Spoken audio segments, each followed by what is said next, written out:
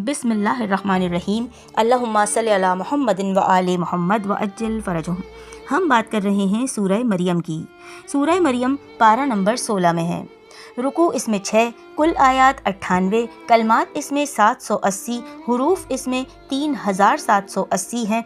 आयत नंबर 31 और 32 यानी 31 और 32 का तर्जुमा ये है कि और मैं जहाँ भी रहूँ मुझे बाबरकत बनाया है और ज़िंदगी भर नमाज और ज़कात की पाबंदी का हुक्म दिया है।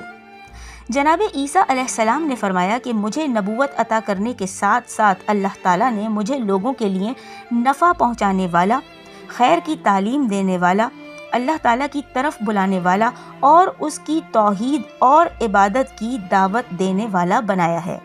ख्वाह मैं कहीं भी हूँ और जब तक मैं ज़मीन पर ज़िंदा रहूँ तब तक उसने मुझे नमाज का मुकल्लिफ़ होने पर उसे कायम करने और ज़कात के काबिल माल होने की सूरत में उसकी ज़कात अदा करने का हुक्म दिया है और अपनी वालिदा के साथ बेहतर सलूक करने वाला करार दिया है और उसने मुझे सरकश और शकी नहीं बनाया।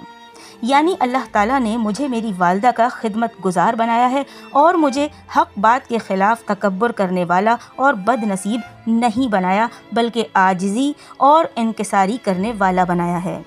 सामईन मोहतरम, इस आयत से 3 बातें मालूम हुईं। नंबर 1 ये कि जनाब ईसा अलैहिस्सलाम की वालिदा माजिदा बदकारी की तोहमत से बरी हैं, क्योंकि अगर वो कोई बदकार औरत होती तो एक मासूम रसूल को उनके साथ भलाई करने और उनकी ताज़ीम करने का हुक्म ना दिया जाता। दूसरा ये कि जनाब ईसा अलैहिस्सलाम बग़ैर बाप के पैदा हुए हैं, क्योंकि आप अलैहिस्सलाम को अपनी वालिदा के साथ अच्छा सलूक करने का हुक्म दिया गया है। इससे माँ का मर्तबा भी मालूम हुआ कि अंबिया कराम अलैहिमुस्सलाम को भी उनसे हुस्न सलूक का फरमाया गया है और अल्लाह ताला अंबिया कराम अलैहिमुस्सलाम को फितरत के एतबार से ही माँ से हुस्न सलूक करने वाला बनाता है। तीसरी बात यह कि अंबिया कराम अलैहिमुस्सलाम बदअकीदगी, बदअमली, बदखलकी और सख्त दिली से मासूम होते हैं, क्योंकि बदअकीदा और बदअमल लोग बदबख्त होते हैं।